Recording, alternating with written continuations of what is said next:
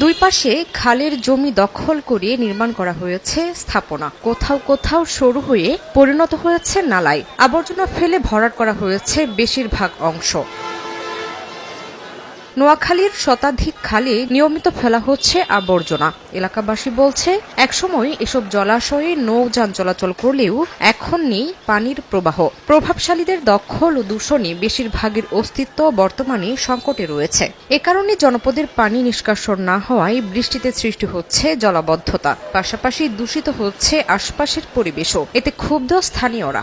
বারবার এরা খাল খনন করতে আসি, একটু কাজ করিয়ে এরা ফালাই যায়। মানুষ খুব কষ্টের মধ্যে আছে, কেননা গন্ধ। এবার বন্যার টাইমে আবার যে অবস্থা হয়েছে, মানে পানি যাওয়ার কোনো সিস্টেমে নাই। অবৈধ দখলদারের উচ্ছেদের মধ্য দিয়ে যদি এই খালগুলা পরিষ্কার করা হয়, তাহলে আমরা আগামী বর্ষা মৌসুমে আমরা এই বেগমগঞ্জবাসী ব্যাপক বন্যা থেকে আমরা বাঁচতে পারবো।